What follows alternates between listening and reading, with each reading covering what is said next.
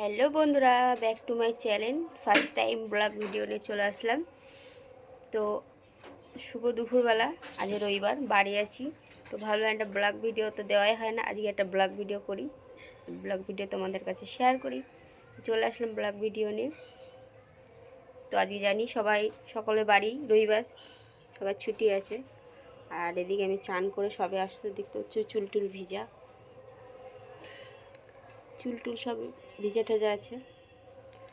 তো এদিকে আমাদের ভাত হয়ে গেছে, এখন করবো মাছের ঝোল আর একটা তরকারি করব।